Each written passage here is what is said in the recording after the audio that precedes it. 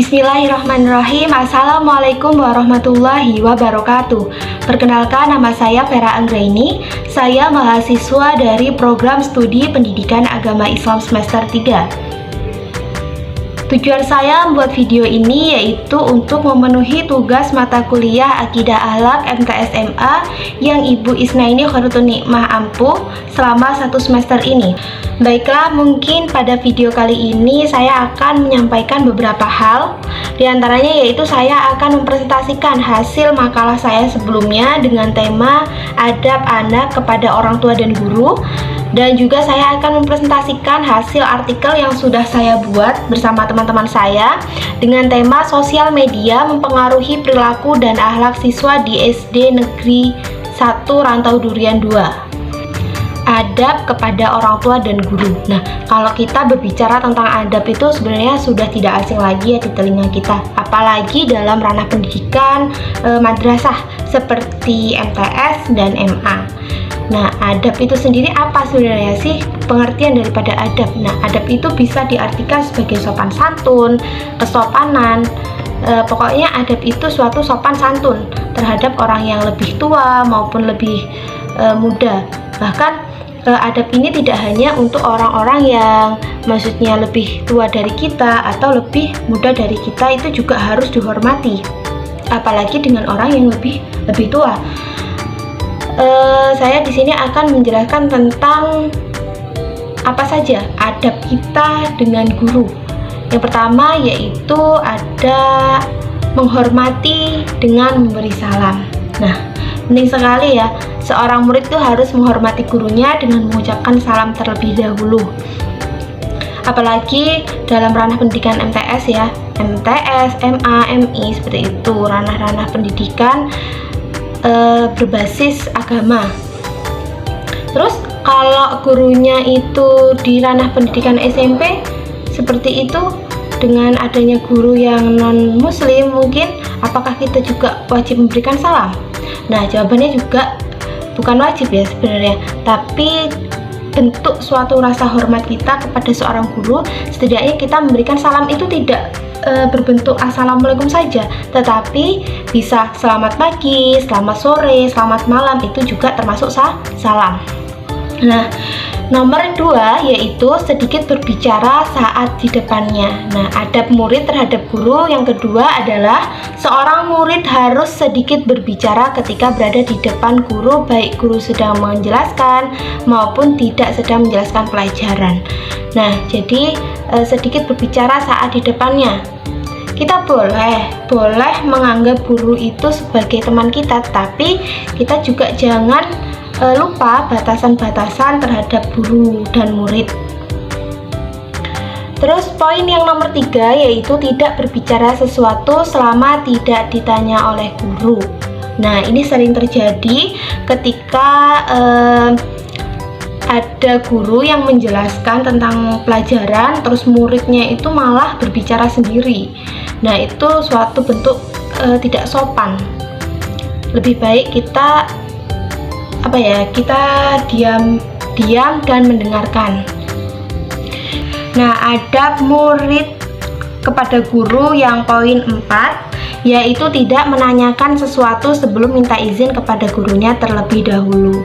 Nah, ini sering terjadi ketika guru masih menerangkan tentang materi pembelajaran, tiba-tiba ada murid yang mengajukan pertanyaan tanpa izin terlebih dahulu. Nah, kalau kita ingin menyampaikan apa yang kita ingin sampaikan, usahakan kita meminta izin terlebih dahulu kepada guru. Nah, setelah guru memberikan izin, barulah kita mengajukan pertanyaan apa yang akan kita tanyakan. Yang poin nomor 5 yaitu tidak menentang ucapannya. Nah, ini adalah salah satu adab yang yang paling susah ya. Nah, walaupun kita mau sejengkel apapun kita sama guru atau kalau dibilang ada permasalahan atau bagaimana dengan guru ini, apa kita tidak suka, yang namanya manusia ya, jangan pernah memperlihatkan bahwasanya itu kita tidak suka, apalagi sampai menentang apa yang beliau katakan. Terlebih apa yang beliau katakan itu adalah sesuatu hal yang benar. Terus ada poin yang terakhir, yaitu tidak menyanggah ucapan guru apabila berbeda pendapat denganmu. Nah, ini jangan pernah walaupun pendapat kita dengan pendapat guru kita itu sering tidak sejalan, setidaknya kita tuh jangan mentah-mentah kita mengajukan bahwa saya tidak setuju dengan apa yang Bapak katakan, kecuali ketika presentasi mungkin. Nah, kalau presentasi itu kan memang dianjurkan untuk memberikan pendapat masing-masing ya. Nah, itu beda lagi ceritanya, karena itu sudah dari awal sudah diberikan izin untuk memberikan pendapat kita tuh bagaimana. Nah, jadi itu tadi adab seorang murid terhadap guru. Baiklah, di sini saya akan mempresentasikan hasil artikel yang sudah saya buat bersama teman-teman saya dengan tema sosial media mempengaruhi perilaku dan akhlak siswa di sekolah dasar. Nah, kenapa kok saya sama teman-teman saya ini mengambil judul sosial media mempengaruhi perilaku dan akhlak siswa di sekolah dasar? Nah, karena menurut kami anak-anak sekolah dasar ini merupakan anak-anak yang masih dalam tahap perkembangan. Jadi sesuatu hal yang mereka lihat, yang mereka dengar pasti akan mereka tirukan tanpa menyaring mana itu yang baik dan mana itu yang buruk. Jadi dalam penelitian kali ini atau dalam pembuatan artikel ini, kami menggunakan metode library research, yang mana kita mengambil sumbernya lewat jurnal, buku, terus kita juga melakukan observasi langsung di sekolah. Nah, kalau kita membahas tentang perkembangan media sosial di era modernisasi, perkembangan media sosial di zaman sekarang itu sangat-sangat maju ya. Nah, bahkan di zaman sekarang ini banyak sekali anak-anak tentunya masih tingkat SD, tetapi sama orang tuanya itu sudah diberikan gadget atau handphone. Nah, dari sinilah timbul dampak-dampak negatif yang dialami oleh siswa-siswa kelas sekolah dasar. Dari tutur katanya, terus akhlaknya, perilakunya itu sangat mencerminkan bahwasannya itu kurang sopan dan atau kurang bagus untuk anak-anak di usia mereka, seperti itu.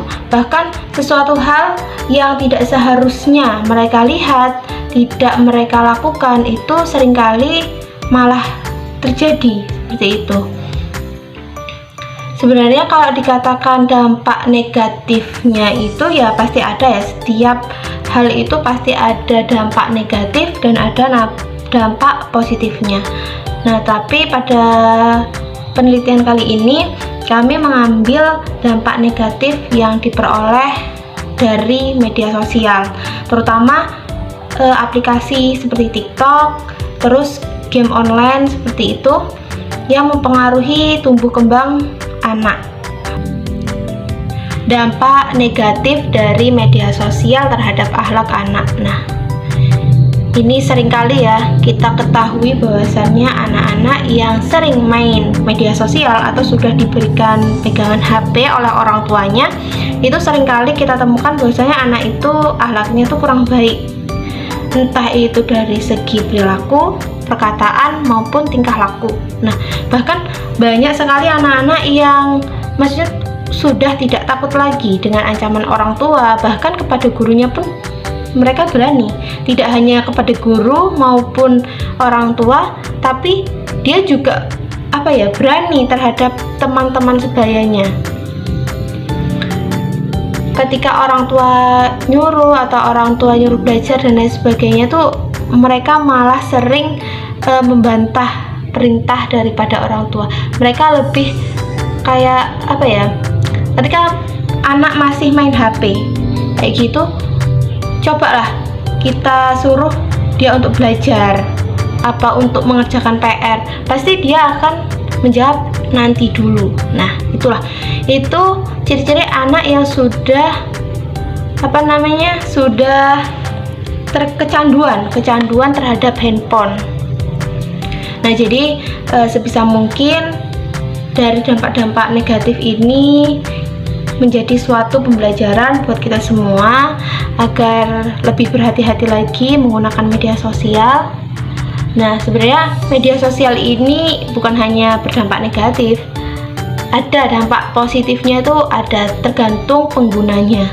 Nah, penggunanya itu bagaimana kebijakan si pengguna ini dalam menggunakan media sosial. Nah, media sosial ini sebenarnya kalau dimanfaatkan dengan secara baik dan benar akan menghasilkan sebuah penghasilan, terus meringankan kita dalam mengerjakan sesuatu hal yang tidak kita ketahui.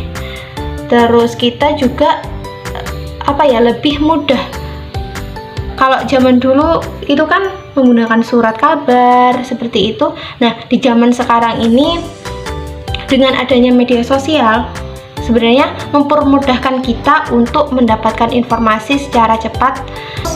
Dengan adanya media sosial ini, yang awalnya mungkin dulu kita tuh berkabar dengan saudara dan kerabat yang jauh itu menggunakan surat ya, tidak bisa secepat sekarang. Nah, kalau sekarang ini kan dengan adanya media sosial, kita tuh bisa berkabar dengan orang yang jauh, dengan kerabat yang jauh itu dengan bisa cepat tanpa harus mengirim surat seperti zaman dulu. Nah, sebenarnya tergantung kita bagaimana cara kita pemakaian media sosial ini.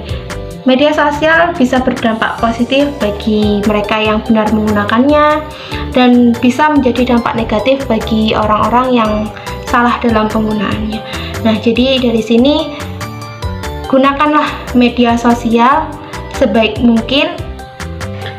Pesan saya yaitu gunakanlah media sosial dengan sebaik mungkin, dengan sebijak mungkin, agar kita tuh tidak terjerumus dalam hal-hal yang tidak baik atau terjerumus dalam hal-hal negatif. Mungkin hanya ini yang dapat saya sampaikan. Apabila banyak kesalahan, saya mohon maaf yang sebesar-besarnya, dan kepada Allah saya mohon maghfirahnya. Akhirul kalam, wabillahi taufiq wal hidayah. Wassalamualaikum warahmatullahi wabarakatuh.